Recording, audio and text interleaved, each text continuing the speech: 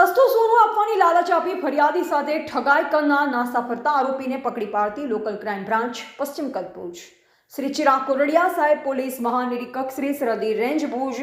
તથા શ્રી વિકાસ સુંડા સાહેબ પોલીસ અધિક્ષક શ્રી પશ્ચિમ કચ્છ ભુજનાઓએ નાસ્તા ફરતા આરોપીઓને પકડી પાડવા માટે સૂચના અને માર્ગદર્શન આપેલ હોય, જે સૂચના અને માર્ગદર્શન મુજબ લોકલ ક્રાઇમ બ્રાન્ચ પશ્ચિમ કચ્છ ભુજના incharge police inspector Shri HR Jethi તથા police sub inspector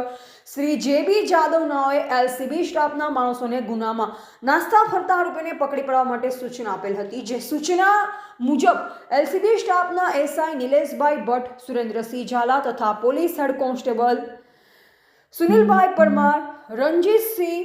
Jadeja, Rajendrasinh Rathod, Jaydevsinh જાડેજાનાઓ નાસ્તા ફરતા આરોપીની તપાસમાં હતા। દરમિયાન રણજીતસિંહ જાડેજા તથા જયદેવસિંહ જાડેજાઓનાને બાતમી હકીકત આધારે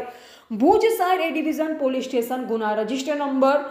1203/2025 BNS કલમ 318 4 319 2 204 336 3 340 2 61 2 35 તથા IT એક્ટ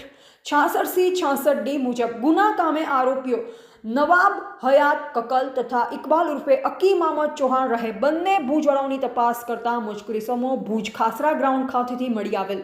જેથી મજકૂરી સમૂહને ઉપરોક્ત ગુના અંગેની સમજ આપી પૂછપરછ કરતા